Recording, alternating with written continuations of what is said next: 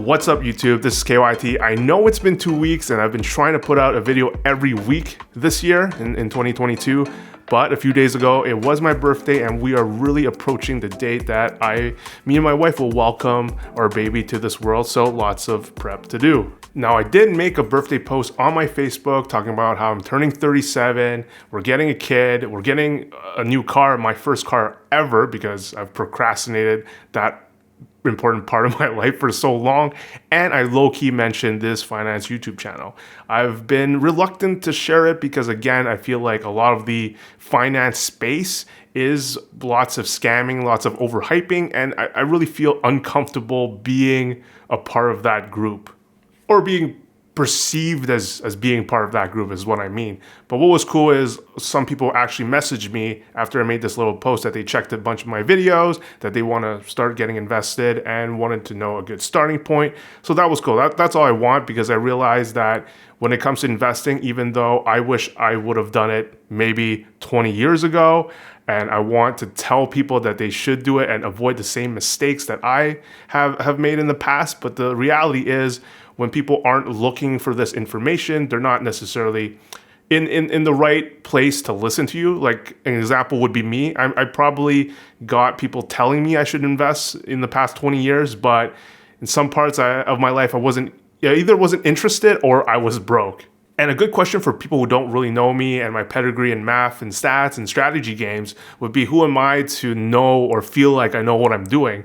Well, to be honest, once you weed through the boring concepts of TFSA, RSP, all the basic investing advice and basic academic papers on investing, it's the most sensible thing to do is actually pretty obvious. There is no special skill. I think the only thing that I would claim to possess is the ability to dredge through boring content. I mean, my wife was actually supposed to look into how to invest. I gave her that. We decided that she would handle that task while I was handling other things, but it got to be too boring for her to weed through. In my last video, my friend Max left a comment which sort of triggered all this thinking about talking about investing with friends.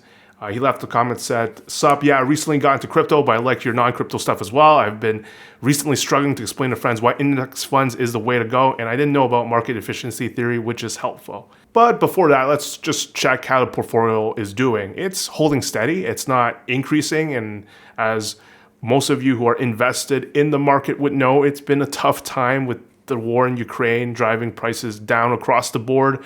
But I'm holding steady, not tempted to sell one bit, sticking to my strategy. It hasn't been hard. Again, when me and my wife, both of us have a steady job, it becomes easy to not ever think about selling and sticking to the strategy. And just a quick little mention about dividends. I know some people care, and that's okay. I'm not saying you shouldn't, once again, but I don't tabulate my dividends like other people because it's just irrelevant to the current strategy. You can see here I've got about $800. It's cool. I know people tabulate the dividends they've made up to a certain point, but at the end of the day, all that matters is how much you have when you decide to retire, how much you have overall, dividends included. But before diving specifically to the index fund question, once again, why I love XEQT for the 5th time on this channel, maybe I want to talk about investing a little for people that are coming from my birthday post for the first time and watching me do finance videos for the first time. The problem I have is a lot of people see the stock market like the casino, and in some respects it is, but unlike the casino, there are ways to expect a positive return on your money.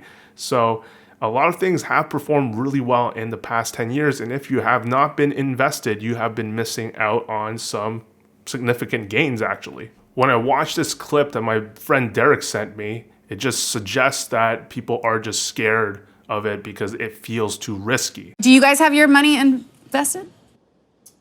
I love that we're like... I do have some money in the stock market, but like nothing that is ever going to matter for me. And I also lost money on GameStop when that whole thing happened. Yeah, I do think to say that you don't have any money or any significant money in the stock market and an index fund is a little concerning, frankly. Now, I've read a lot about people thinking the stock market is rigged or index fund performance does not beat inflation, but even given these details, even if they were true and they're debatable, of course, it's still the best option. It's one of the best things you can do with your money is to invest it in a globally diversified ETF, as I'll say again and again.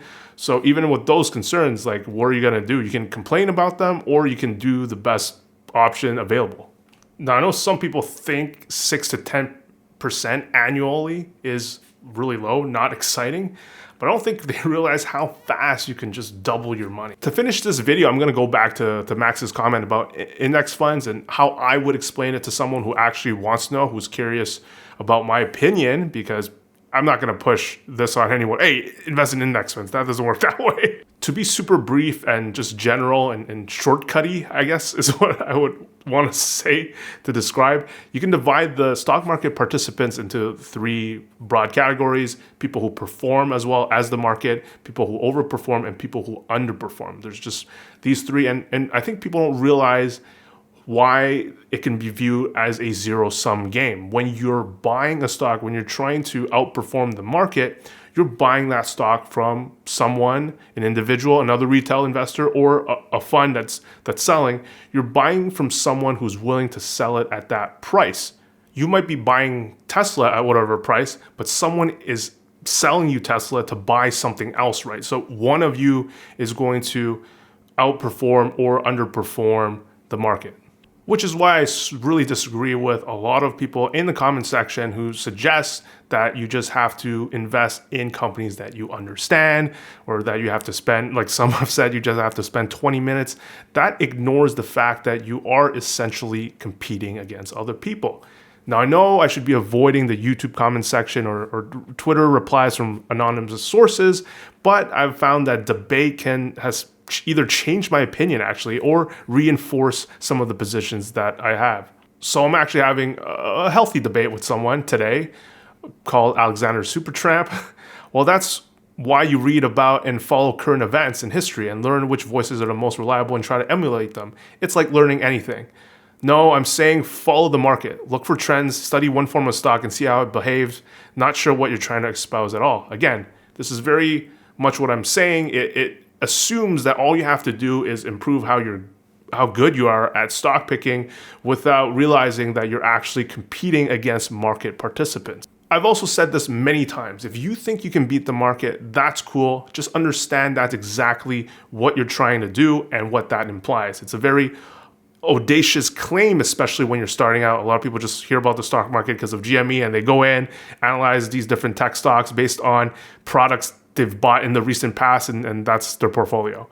It's just really hard to beat the market. It would be to say that you can just read up on financials is the same thing, back to sports betting, something that I'm very in tune with, that you can just read these articles, these blogs, these expert articles, expert insights, and beat sports betting, which 99% of people cannot do. It doesn't really matter. You can have all this knowledge from watching all these sports games, but at the end of the day, the sports market is driven by a lot of sharps or a lot of people with mathematical models that they themselves have.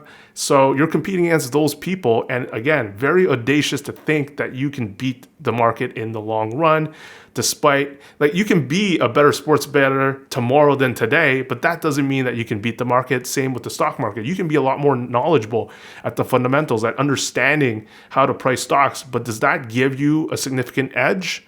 It's unlikely, but again, I'll keep it open, keep it positive. It's not impossible. With that said, hopefully I can see you in the next week, unless the baby comes out next week. Thanks, guys.